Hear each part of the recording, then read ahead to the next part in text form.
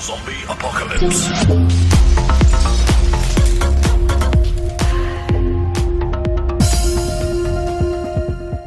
Mic check, 1, 2. What is this? You're now tuned to Imperfect Sense right here on Unified Radio.tv. I'm one of four hosts, one of four moderators, one of four opinionated brothers that make up this podcast called Imperfect Sense.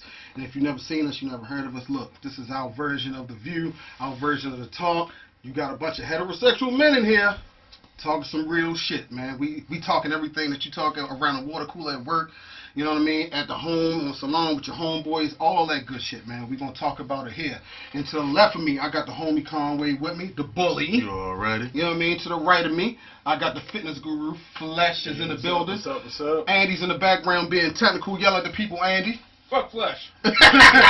Already. Bullshit already. And today on Imperfect Sense, man, we got a special guest, man, a real funny brother, you know what I mean, on the rise, coming up, you know what I mean. I've been sharing all his videos, all of us around here been sharing all his videos. We big followers, man, we big fans. We got hilarious Omar in the building, a.k.a. Omar Terrell. We got him in the building, and before we cut up, man, we do this each and every week, man. We got to drop this disclaimer. You want to do it, or should I do it? Oh, you might You do that. All right, check it out. Like, look. Because I ain't going to like how If you're sensitive about your race, religion, gender, sexuality, and or politics, I know I got big teeth and I fucked the word up. Religion. This is not the show for you, man. We opinionated. We say what we want, and today, since we got a funny man in the building, y'all already know we going to cut up. You know what I mean? So don't be sensitive, because he dropped a clip the other day of some shit in Atlanta.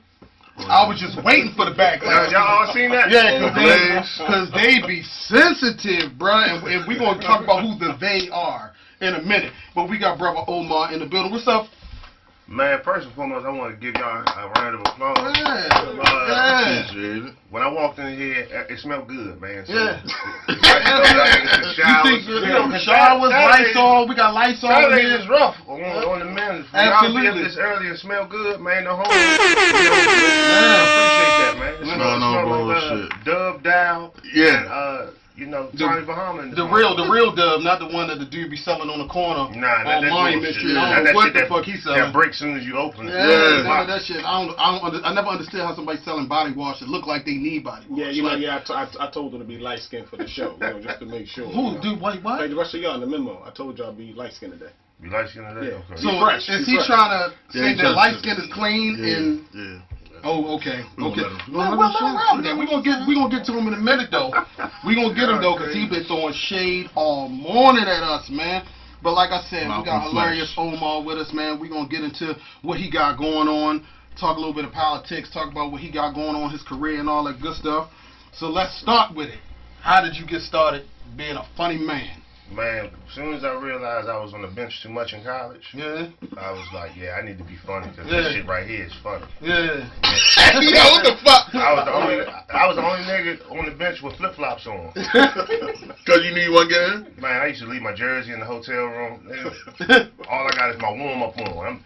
I'm on the side. Let's go, y'all. Let's go. Yeah. At least you keeping it real, but I ain't gonna lie. If I was in the league, I'd take that bench job. Like, they making 2.5 sitting on the bench being a cheerleader, like, hey, I will say this, it was one year I averaged 25 points in the warm-up line.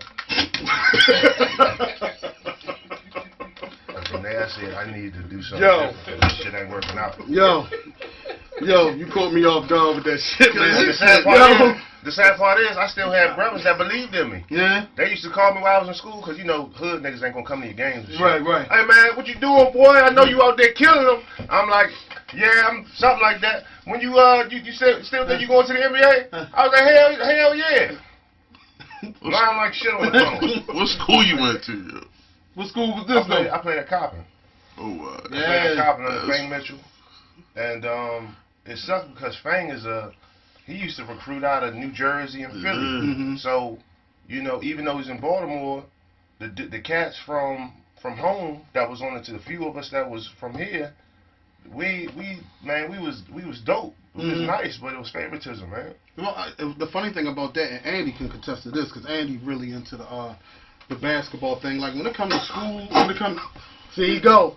See, they, you know what I'm saying? I'm not saying no. You is, man. You be hooping, Andy? No, he'll be hooping. He'll recruiter. He like Andy, like basketball is his thing. Like, you know what I mean? Like, you into that? he trying to insinuate because Andy don't hoop. Okay. Like, you know what I mean? But that's Andy's thing. Yeah, and Andy could contest, like, you know, it's a lot of ball players that's from here that's nice. In-state schools won't grab them. Fuck no. You know what I'm saying? They go look Yeah, everywhere niggas else. hating, man. Yeah. My high school coach threw away letters from one of the dudes that used to play on the team, man. That's fucked Yeah. up. I said, I looked Coach Nelson in his eye and said, I heard what you did to my man.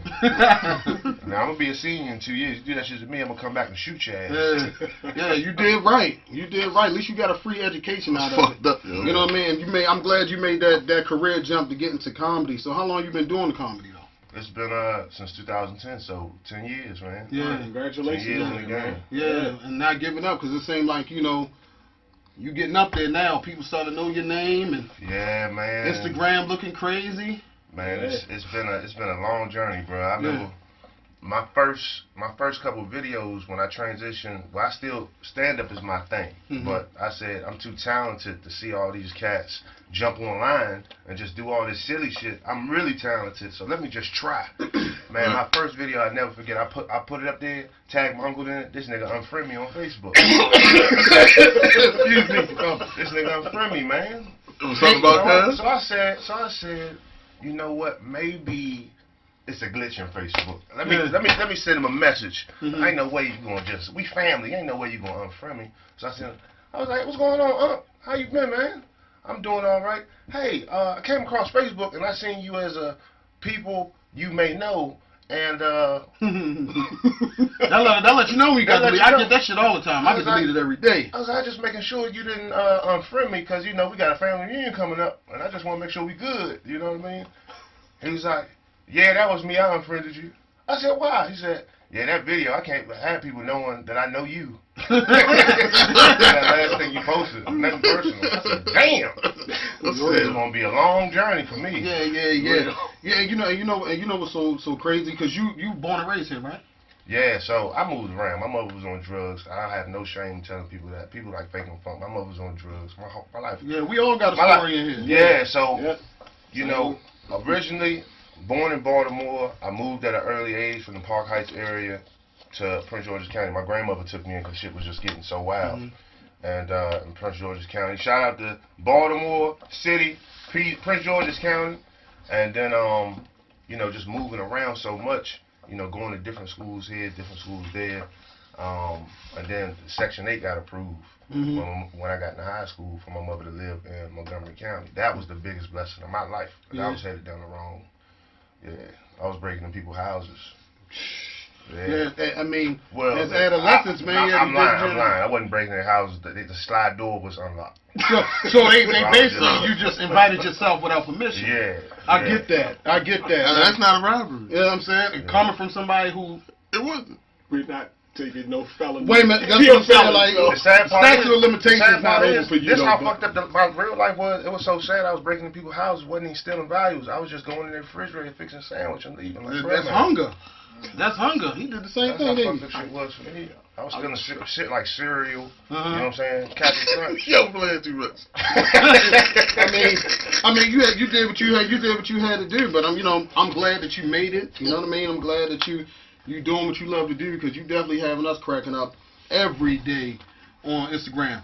And speaking of the comedy, like, when did you know that that's what you wanted to do? Besides not going to the NBA one, you said you always That's what it was.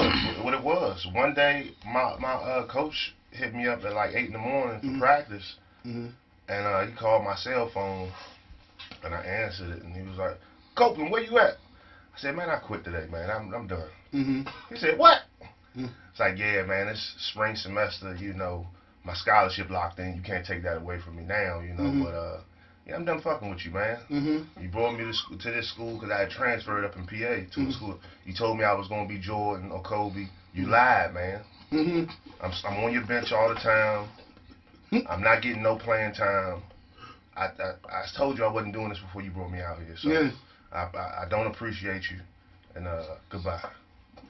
I was like, "Oh yeah, and I'm keeping your the team shoes, but I'm gonna bring back the jersey because I don't like the colors anyway. Yeah. You know you gotta keep the team. Yeah, you gotta keep the shoes because some bitches be right. right. They had the LeBrons. They got us the LeBrons. No, I'd have gave them away. Yeah. Oh damn. I'd have gave them away. Some of them fucking team shoes be the shit, bro. No, I'd have gave them LeBrons away. I'd have rather wore Chuck Taylors. But they gave y'all the shoes. He wanted everything back.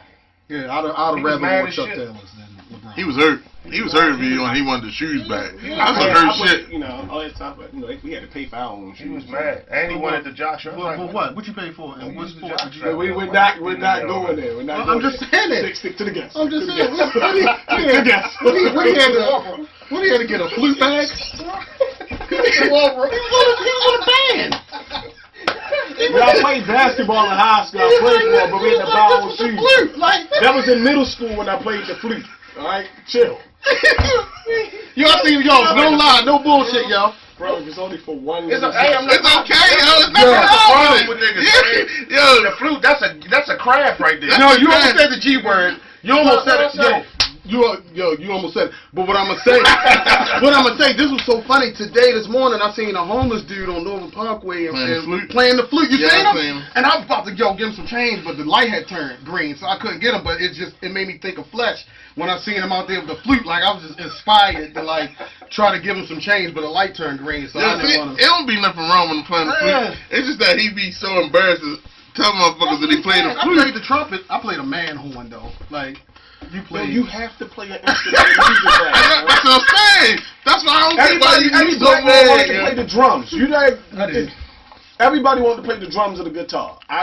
They gave me flute. I fuck with the violin, You cuz. be ashamed of it. I fuck with the violin. Playing the flute. 4 strings. Next question, Omar. Next question. But no, like real shit though, because I'm happy that you said you've been in the game for 10 years, right? Yeah. So a lot of people out there should know that Instagram went around for 10 years. But for that to be said, like, which one do you like better, the Instagram or the actual stand-up? Years ago, I would have told you, which one do I like more? Yeah, which one you like? My heart is the the Instagram stand-up. skits or My heart is the the stand-up? stand-up. Okay. You know, the Instagram, that's to make yourself relevant, to give yourself, notoriety. But the actual craft, is stand-up. That's an art form. Not knocking, people that completely do the social media thing at all, because it's time and effort into that too. But it's working out for me, man. To answer your question on how I got started, I quit playing basketball, and then it took me like 2 weeks to figure out what I'm going to do with all this extra time. Who's Got Jokes came on, and I seen Bill Bellamy, and he had all these different people from different places, doing 5 minutes, on TV One, and I'm like, man, these dudes, because before you look at, You So Crazy, Martin Lawrence, and, the different specials from the 90s, but you looking at it to laugh. So I'm looking at it, I'm watching this Who's Got Jokes thing to see if this is something I can see myself doing, because I always been the funniest dude in my crew or whoever I was around. And I just watched it for a couple days because it would come on every day. I'm like, man, I think I can do this. So I started writing jokes in my dorm room on note cards, and then seeing how well I could memorize it. And then I just so happened to be walking through study hall or the student hall center, and they had a talent show. So it was this white boy in this he had some type of magician suit, and he was trying to get people to come in as an audience. And I was like, what y'all doing in there? He's like, we're doing a talent show, man. I was like, hey, you think you can add me to the roster? Like, I want to try some comedy. And the rest is history.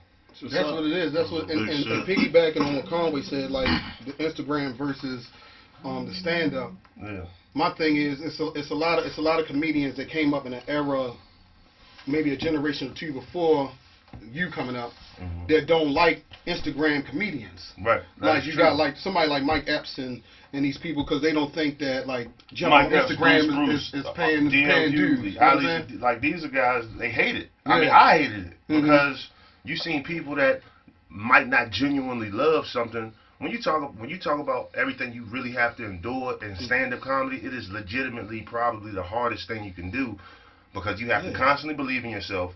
You got to travel. You got to go through the periods of being flat out broke.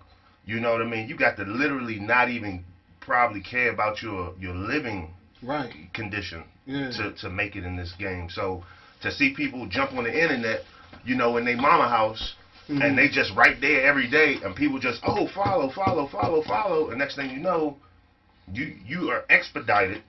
Your process has been expedited. You get a whole tour and all that, and then you got people that been in the game and that never got a break or never got an opportunity, looking like, damn.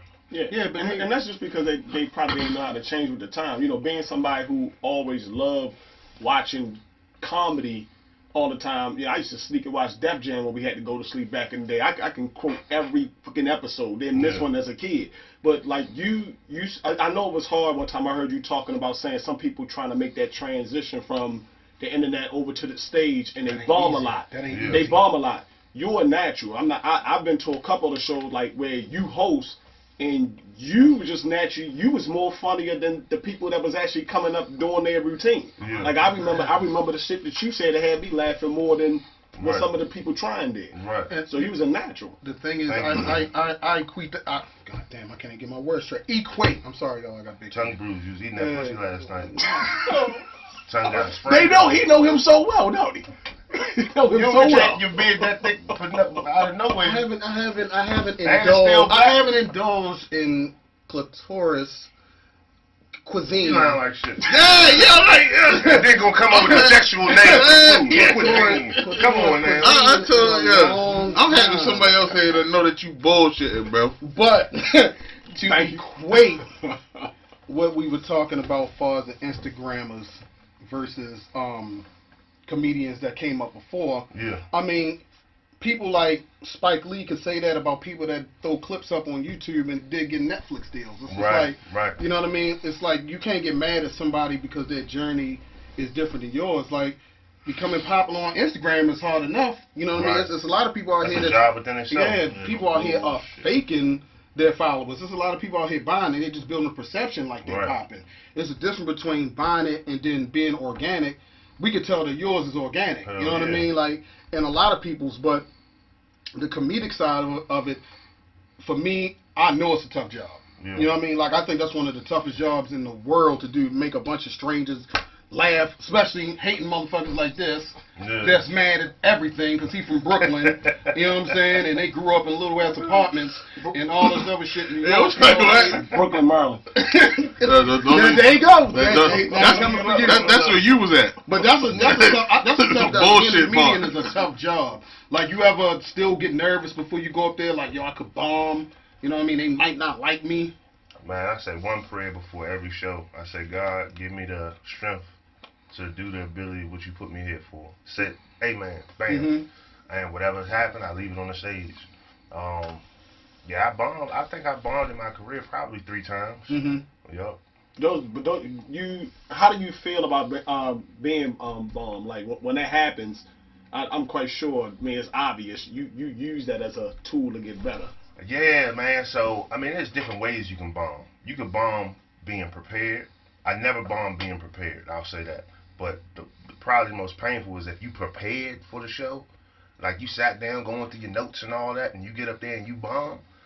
I never experienced that, but for anybody that did, I know that got to feel like it crushes you. Like, what the fuck am I doing here?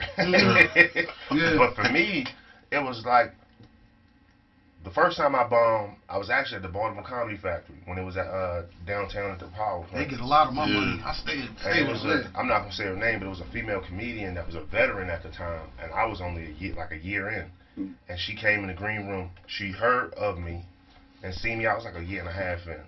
She just was talking to me. Mind you, I got my notebook and trying to look through my shit. And she just kept talking to me. Next thing you know, first comedian bringing to the stage. So I get up on stage and I'm like, oh shit, they called my name. I get on stage and I go straight into my material. They looking at me like, who the fuck are you? Like, you talking crazy. You ain't even say hi, nothing. How y'all feel tonight? You ain't do nothing. You joke number 1. Basically, it's like, loaded. I just went inside the pussy. I ain't suck her titties first or nothing. I ain't get it revved up. I just went in there raw. And why they pointing at you? They always fucking with me. You don't got a baby on the way? Well, So did the shoe fit, didn't it? All right, just making sure. You know what? It's the wifey though. So I'll let you. It's good. It's good. I'll let you have that. I'll let you have that. I'm gonna tell you one thing. One thing I noticed about what's going on with it seemed like Baltimore as a whole on the comedic side is getting a lot of notoriety. I mean, you got yourself, you got Jess, you got Cleon, Chi, Don. Like, Baltimore's starting to open people's eyes to this comedy thing out here. It is. Yeah, man. Like that was one thing. It was so hard to work with each other, and I'm not gonna take all the credit for it, but I was hated on I was just about to ask. out here for a long time. Mm-hmm. People didn't respect my funny. People were like, "Oh, you ain't from here. You from?" Motherfuckers were saying I was from Ohio and all types of places because of the videos. Mm-hmm. But I'm like, listen, I moved. I lived in Chicago. That's where I really got strong. So when I came back home, motherfuckers like, who this dude think he is? Mm-hmm. You know what I mean? But I took that negativity and I said, you know what? I know y'all I could feel energy. So I was like, I know y'all motherfuckers don't fuck with me. And I know y'all motherfuckers watch me from a distance. Y'all watch everybody watches everybody. Mm-hmm. Yeah. So I know y'all see me shining. Let's do a video together. Mm-hmm. That start changing people's perspective. Hold on, I want to hate you. Well, let's work together. Let's eat together. Yeah. So when you start going at people that way, what they gonna do? They either gonna respect you, continue to hate behind your back, but no matter what, I believe that it causes the mind to change. Like, hold on, what's all this competing for? Yeah. You know, and then I might have time where I sit down and talk with certain people about, you know, the growth. Yeah. You can't do this by yourself. So when you see people run out to LA, all them motherfuckers work together like that. When you go to Atlanta, they work together like that. But and you sit back and watch, man, this so and so doing well. So and so, why? Because they stuck together. They came together. They put all the personal BS to the side and said, we too talented to keep trying to who gonna make it first and all that. Work together, and it's all gonna happen. Yeah, and that's how I felt when I had watched that little bit, that Kevin Hart documentary, and he was showing like with him and his other buddies that was comedians, they was like they worked together, they did stuff, but the first one that grabbed the torch, they ain't nobody hate, they just went and let it work because there's enough money out here for everybody. Everybody don't have that star quality where everybody gravitate to, but once you got a team and it hit, everybody can eat off of what that one individual is doing. Yeah. But you know, a lot of people like to take the other person down as he going up, and then nobody wins in the end. Right. That's a fact. And to speak of Kevin Hart, like, people go, look how long he been running with the same crew. Like, they traveling the world non-stop. Made all of getting money. Yep. Everybody getting nobody. It's like, okay, we understand Kevin's who he is. Everybody else has played their position. Because truthfully speaking, stop laughing because I know I fucked my words up again. When they come to town, Plastic Cup Boys, Spank, all them, I'm always there because they fucking hilarious. Like, and that's Kevin Hart's crew. Like, if they ever come to town, I'm telling you, check them out. It was Naeem, Spank, who else was it, Andy? Was it? And it's a host. I forget his name, but it's three of them. They And funny. You got Joey Will, Spank, Naeem. They all funny as shit though. Joey Wells, Naeem, Spank, Naeem. That's it, right? Yeah. The Plastic Cup Boys. Do you see yourself and maybe Cleon and Jess coming together like that and taking over? I can't speak for that. I can't control how people move, but I will say that I've always wanted to work with Jess. I've always wanted to work with Cleon, and even others. You know what I mean? That shit would sell out quick. I don't look at other comics as competition. Mm-hmm. I'm me. Mm-hmm. You.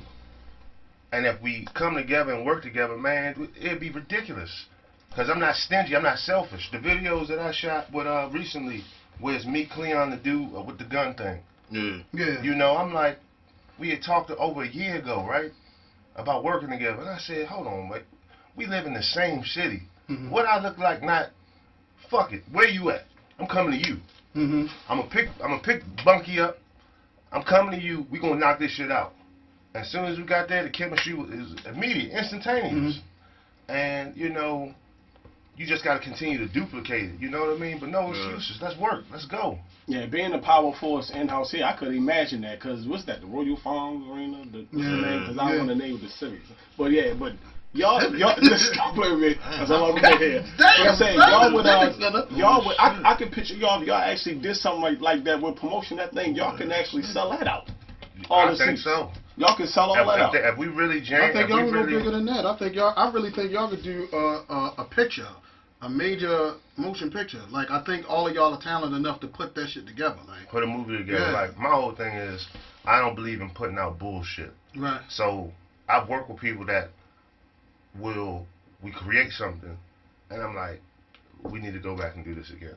Nah, man, it's cool with it. I'm telling you, I'm a perfectionist. That's not right. Mm-hmm. They're like, man, we just gonna rock with it. Okay. Mm-hmm. They throw it up there. It's bullshit. Mm-hmm. The way people received it, it could have been better. You don't want it could have been better. You want First I like that. everything. That's it. Yeah. Mm-hmm. So like how you saying creating a movie, that's right up my. Ultimately, in the end, I want to be behind the scenes anyway. Mm-hmm. I don't want to be the front runner and the camera. I want to make bread. When the NBA didn't work out for me, the only reason why I was playing basketball was to get my family out the hood. That's it. Yeah. I ain't love going to practice or practice. Yeah, Practice. We talk about practice? We talk about practice. I wish I had my So when do you think that the change happened? Because it's like coming up, like earlier comedians, like they all did like movies together. You had your Harlem Nights. We had Eddie Murphy, Red Fox. Who else was in there? Charlie Murphy. Everybody was in there. Everybody was in there. And And Mother so you was had a in there. next generation that was just like, no, I'm doing my own thing. Like I'm looking for our generation. Well, that's what happened. That's where the bad behavior came from. You had it was easy and nothing when you all on the same ground level trying to get an opportunity. It was easy to work with you. You starving, I'm starving, you starving. We all got talent. Man, let's make it happen. We gotta go somewhere. Then you get a deal for 10 million. You get a deal for 1 million. You get a deal for 2 million. And you got people pulling y'all apart. It's like, all right, we all gonna go solo now.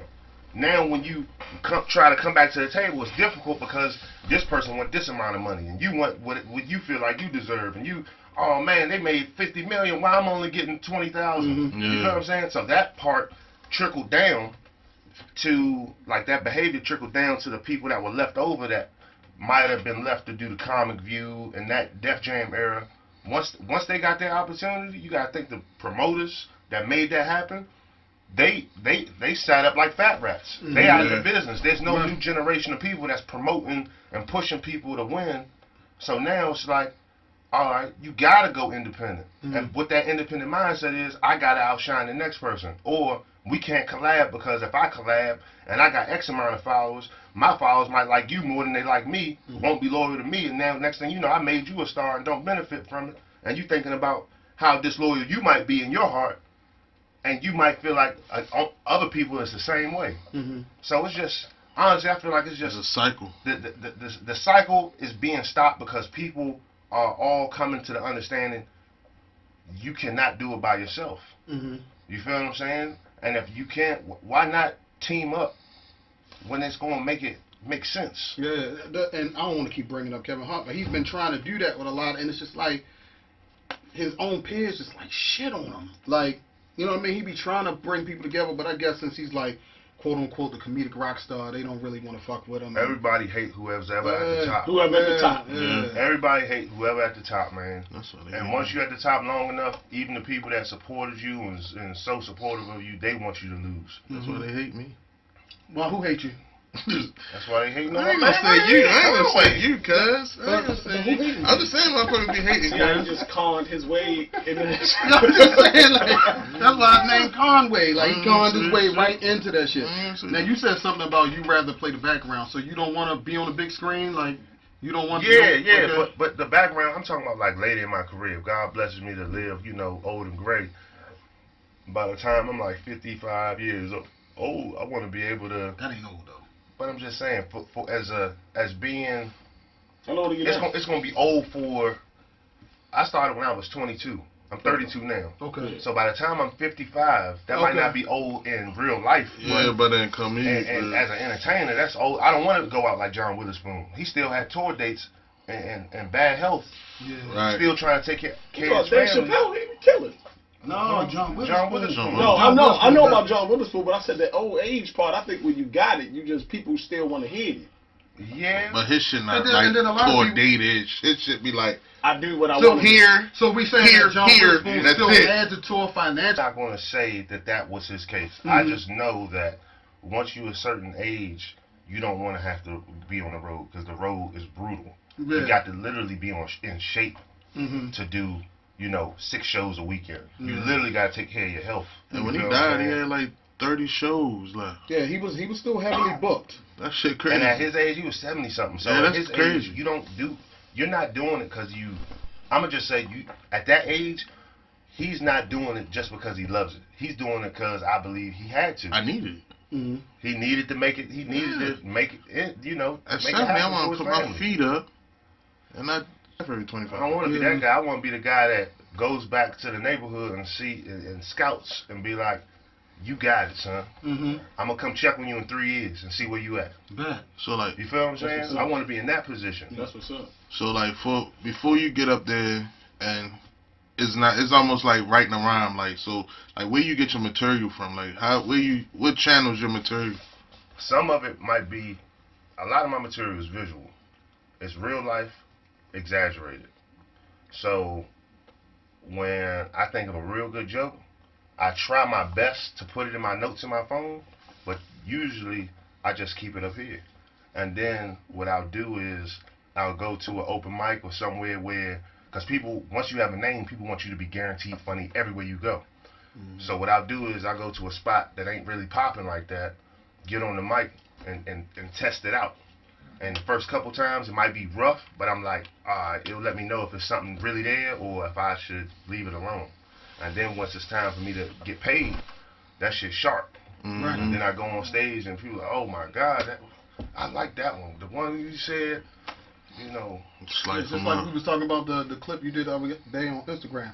Now you said that people want you to be funny, right? Yeah. Do you run into that problem like just in the street, like, oh my God, that's Omar. Tell me something funny. Like they just jump at you like, No. tell me something funny. No. So so the way that works is when people see me in public, a lot of times they start watching me, and I'm like, either this motherfucker is somebody that got a problem, but more than likely, now it's more so, oh nah, they just trying to make sure I'm that guy Yeah. that they thought I was, so they could say what's up. Then they kind of will lock in and they kind of look at my face to see if should I approach him or should I not. And sometimes I'm like, come on man, what's up? Yeah, that's a weird feeling. Man, I just wanted to take a picture, man. You funny as hell. Like, Hey, hey, it ain't nothing. Let's do it. Yeah. Motherfucker from But then, Baltimore. as far Can't be as looking like that. the say something funny or tell me a joke, that comes when you go out to I'll say a bar, for example, and somebody that don't know you, a person like, you don't know who that is? That's the comedian. That's hilarious Omar. And then they smart ass because they miserable. So you think you're funny? Tell me a joke then. What do you have up here? I'm like, shit, show me your titties. Because it's always, it's either a miserable ass That's white why woman we try to get Chi-Chi to do or that. like a middle-aged father that quit on his dreams and shit. Backed up in child support. Yeah, he's mad. I don't need no fucking jokes. Yeah, but the one That's thing why I keep but everything. the one thing that I do like about you, because I'm not lying, I actually be unfollowing like a lot of people at times when I'm not looking at their material, like when I'm coming across stuff, because it's like with you, the thing that I like about you is your realness. Because not only are you funny, you still be keeping black people aware. Yeah. On certain topics, and that's the part that I like, because it's like everybody got their one side about them, but I think a lot of your followers, they even like you as a person, because you straight up and down. It's not, nobody can pull a wool cover over your eyes. You know how politicians do and shit. Nobody can do that, and by you having a large following, you've been inspiring people like that don't get fooled by the bullshit that goes on with us, and that's the part that I really respect about you the most. Pat, you about to Thank add you, something man. on with? Good. Oh, my bad. I thought you were trying to chime in. too, though. You said a gift and a curse. Hell yeah. Oh, you get some enemies from that? Absolutely. When you start talking about things that when people try to put you in a box as a comedian, their whole, I'm not going to say everybody, but a lot of people, their whole thing is, we come to your page for funny. Even if you're saying something that's enlightening or positive, I ain't come to your page for that. Come to your page to laugh. If you're not making me laugh, nigga, I don't give a fuck about none of that other shit, nigga.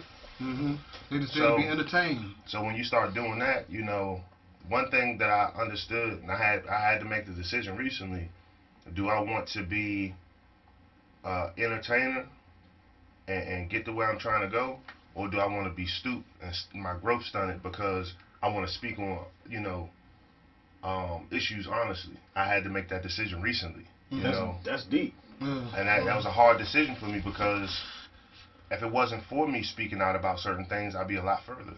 You know, so it's like, get the way you're trying to go.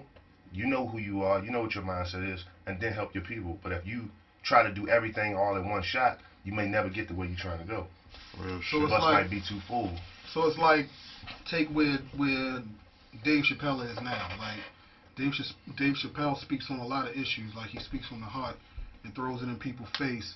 Do you think if he had that mindset or that style when he first started, he would be where he's at today? Absolutely not. Okay. Dave Chappelle, just like all comedians, D.L. Hughley, you name them, you gotta play the game. Absolutely. No matter what you know or how you know it, you gotta play the game. This entertainment ain't controlled by us. That's why I think Paul Mooney where he at. Because Paul Mooney kept that shit too real sometimes. And he could have been further than where he was at. The thing that was lucky about Paul Mooney, he was so fucking funny for his time. There's only a few people trying to do comedy back then. He was so fucking funny, and it wasn't an oversaturated market. Right. That's why he got to go where he was at. Yeah. You know what I mean?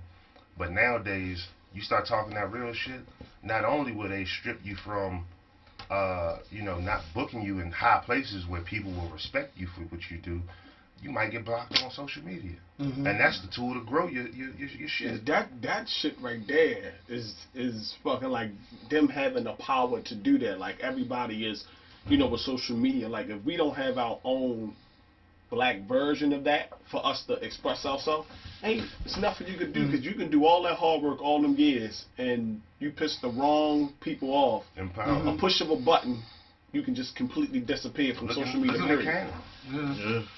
So in your routine, do you kind of like, let me back off certain jokes because I don't want to offend people, or you just do your thing? I do my thing. Good. Because stand-up, that's the one craft you're not about to box me in. You paid the ticket to see me do what I do. Yeah. This ain't social media. This ain't Facebook. This ain't Instagram. You hear that? Anybody out there? Social media is social media. You come to my show live, I say what the fuck I want to say, goddamn.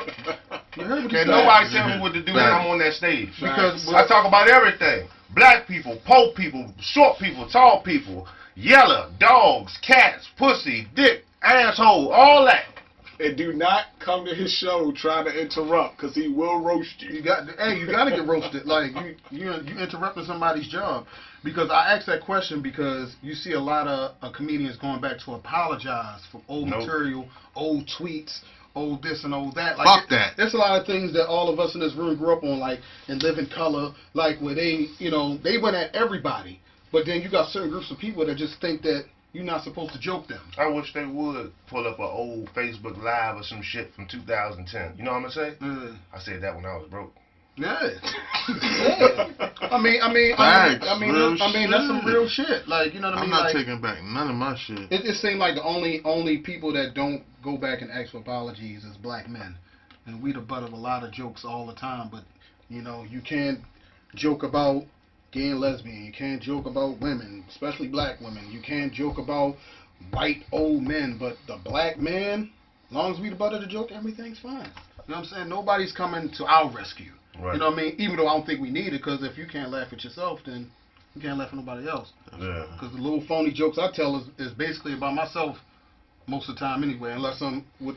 But I think for the most part over the past couple of years, they've been kind of putting a halt to that though, because at first it was really bad. You had like one of my favorite comedians who passed away was Patrice O'Neal. Like they came at him all the time, and he would just tell them, I like the way how he did it. He didn't fold he actually used his comedy to and addressed them on the spot. He was really good at it. The feminist movement used to come at him all the time for his jokes, but he used to address them in a professional, intellectual way, but being funny. Right. And after a while, they go, "Hey, we ain't no need to mess with him." Right. They let him know it's just comedy. But then, like, to go When you back start to, apologizing, I'm sorry. to cut you off. I'm sorry. My thing, like, even to go back to like Dave Chappelle, is unapologetic. Like, I think he's kind of like shifting the culture back a little bit. But that's what he was saying. Yeah. Once you get to that point, Right. Then you can Yeah. do the right. You're right. once Right. everybody And loves then- you, you can do and that. then- Kevin Hart went back and apologized now.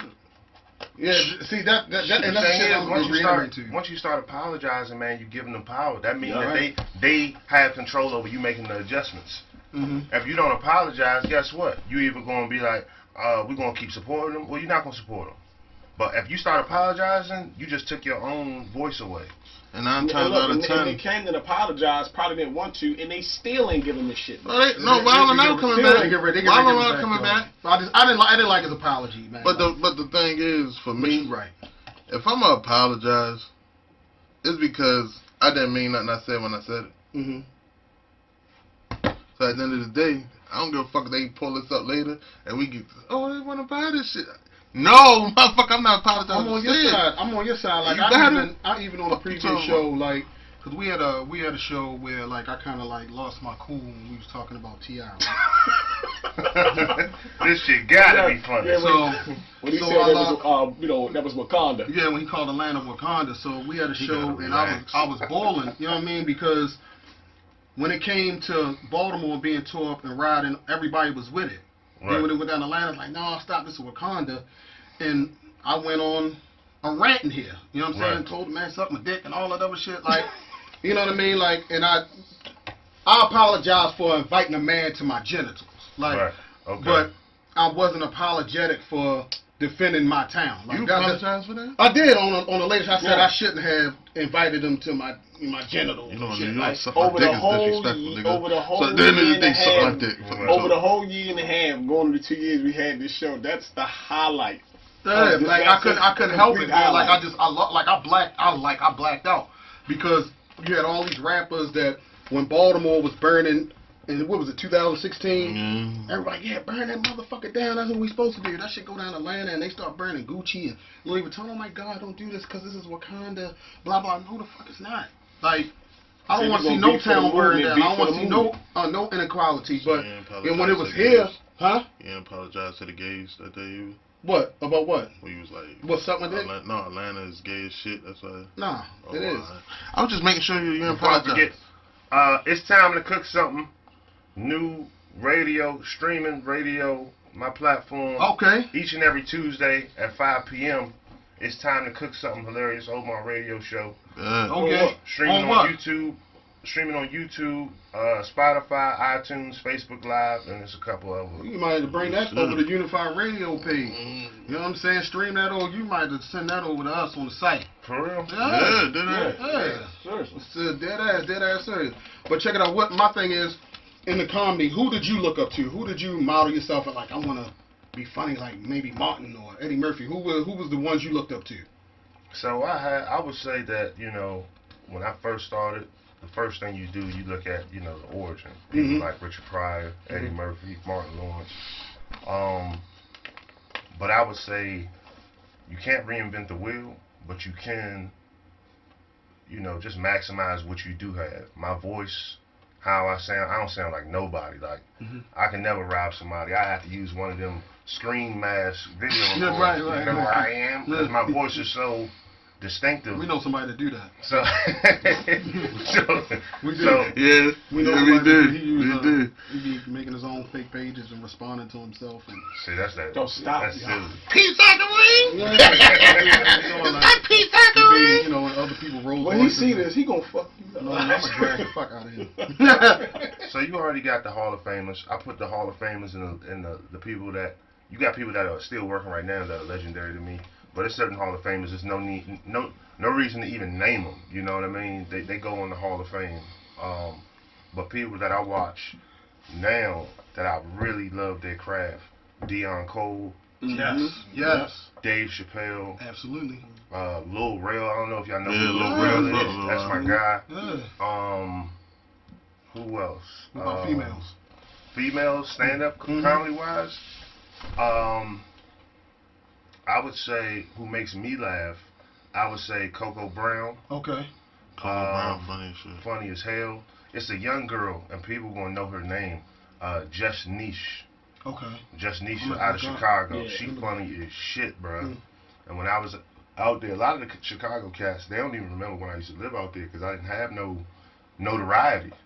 But when I go back out there, like, man, I love your shit, man. You on so I'm like, man, I'm a fan of you. Like, I know you see me on social media, but I was out here like 6 years ago, living out here, and you know, when you don't have notoriety, people might be like, oh, he was funny, but that's it. But once you attach the social media and the following, it enhances. Now, like Dave Chappelle, he the greatest thing since sliced bread now. Yeah. But he always been funny. Yeah, Andy his biggest fan. He always been creative Yeah. as far as his material, and then he got more notoriety when he came out with the Chappelle Show. But he was funny, like way he was before funny that. as shit. Yeah, I just liked his mind, the thought, how he come up with stuff. I Yeah, make you think about that. Do you know the comedian, Robert Powell? Robert Powell from down south. Yeah, from down south. He's from Atlanta. He has a master's degree, I think. Oh, okay, yeah, because he funny. He's funny as hell. Yeah, I got look. I never heard He of got him. a joke. He got a joke where he said, "Hey, Atlanta, yeah, I know a lot of y'all gay, but it's okay. It's a whole lot of us going to hell." Yeah. That's Robert Powell, right? Yeah, that's him. That's funny as shit. Yo, so this question for the whole room. You see how you name female comedians, right? Yeah. Let's bring up Monique. Okay. Monique's from here. Right. From here, I don't really hear nobody ever bringing up Monique, and I don't know if it's because of I know her. why. I know why. Or my whole thing is I'm trying to figure out what's going on in Baltimore right now with all of y'all coming out. If she's up here, if you come back and grab what's going on in your own town, you know what I mean? It will make her veered as top dog I gotta right take off now. my glass for this one. Okay. Hope I don't got no marks around my motherfucking eyes. So, I've heard different stories from different comics from Baltimore that are credible, as far as Monique. And I'm gonna say this: coming from Baltimore and DC, this isn't the industry. A lot of the people that start to become something or going in that direction, if you don't know how to be a celebrity or a superstar, you act like it. That means when you get certain opportunities, your whole thing is, all right, what's my next level? What's my next level? You can completely disconnecting from any, you're not thinking about giving nobody no opportunity, no handout. I can't associate with that. Because the level that I'm on, if I associate with that, maybe I'm really not. Maybe people gonna look at me like I'm not on the level I'm supposed to be. So, things that I've heard and why Monique's name doesn't come up as much is because she hasn't given people from this area an opportunity to grow. You feel what I'm saying with her? And She hasn't been that anchor to lift people up. Correct. That and again, this is in my opinion. This is what I've heard. So. From people from her time, from her era, but it's things like that happen throughout this whole country where people get opportunities and don't reach back. You feel what I'm saying? It's just like comedy's no different from being an athlete. Right. Kid goes from high school to the pros, and you got a line of people that's like, hey, take me with you. Hey, how much money we making? Not, hey man, congratulations, go do your thing. Because I honestly believe when people that give, that's just something that's in you. Everybody don't have that. Right. Let's stop sugarcoating it and act like motherfuckers is built that way. Right. A lot of people gonna make it, they gonna get their bread, and they gonna disappear. They gonna change their number. You're only gonna see them by accident. And that's what the fuck it is. Come back for Thanksgiving. Oh shit, you back in town? You got a couple people that's gonna be givers. But those people also are probably the strongest people because when you're a giving person, people are more likely to ask you for shit. And you got to be able to be like, hey, listen, no. But you did so-and-so and you gave someone, no. Or you got to be willing to tell your mother, hey, listen, Ma, I love you, But what business idea do you have? You know what, Mom? Because you my mother, I'm going to make a restaurant. All you got to do is manage it. That's your money. You're not just going to keep on hitting me up every 6 months talking That's about. how mom knows sometimes. Every 60. I ain't let my mother I don't shoot me on the I don't weed know how bag. I love mothers. If it wasn't for my mother, I wouldn't be here right now. I love mine too. But, brothers, cousins, my family is like straight hood, fucked up. And every time we get together, I'm reminded, even though I'm structuring my life, I'm reminded of motherfuckers is hungry. Yeah. Mm-hmm. Real hungry. That's what I relate to all this shit. Yeah, that's what I'm saying. We all in this room got we've had discussions as men like, yo, we gotta focus on things and tell people no, because we all done helped out a lot of people. A lot. And nothing really reciprocated. Not saying that we were looking for, because our heart's in the right place, but helped out a lot of people that just don't give anything back. You know what I'm saying? In their mind, it could have been more. Absolutely. You helped me this much, it could have been that much. Stupid shit, man. Petty. And before we get up out of here, let me ask you this one last question. What are your goals 5 years from now? Where we gonna be at? 5 years from now, man, I mean, that's a long ways to go. But I'm gonna say, we talking LLCs. We talking about having other businesses that make money. Because in order to live your dream, we don't live in the 90s and the 80s no more, where it's $450 to have an apartment. Right? We talking about stupid, no rent control type shit. So to live out your dreams, and this is for the people at home, you got to figure out a certain income, a certain side hustle, whatever that hustle may be. Do that. Get you your side bread, because if you somebody out there that want to live your dream, the only way you could thoroughly live your dreams in today's world is to have a stream of income that supports that dream, whatever that might be. So we got the radio show coming each and every Tuesday, starting this Tuesday. Drop that. Let them know. Tune in. Be Exposed Radio, my show. I got my slide at 5 p.m. It's time to cook something. Yeah. Hilarious Omar. We're going to have amazing special guests. I'm going to be highlighting people in the DMV area, especially whether you're an artist, business owner. We're going to do a series where your kids make honor roll. We're going to give y'all shout outs, man, because everybody needs their roses while they're alive. Absolutely. And we're going to have a lot of, different celebrity guests on that show. Outside of that, the comedy show run, the tour, we're going to keep on building. But in 5 years, man, I see me being a household name. Yeah, we see it too. The movies, BET, giving me, a small little start in a couple of different roles. And 5 years from now, man, it's just going to amplify. That's what it is, man. And we definitely appreciate you joining us. Much success. You're going to get support from all of us. Like, we was fans first before this interview, genuinely, organically. We've been fans, and, anything that we could do to help progress anything you're doing, just let us know. Appreciate it, man. Appreciate it. So everybody looking on his live, everybody listening to us, this has been another edition of Imperfect Sense. This is Omar, hilarious Omar. That's Conway. That's Flesh. Andy's in the background. Yell at him. You.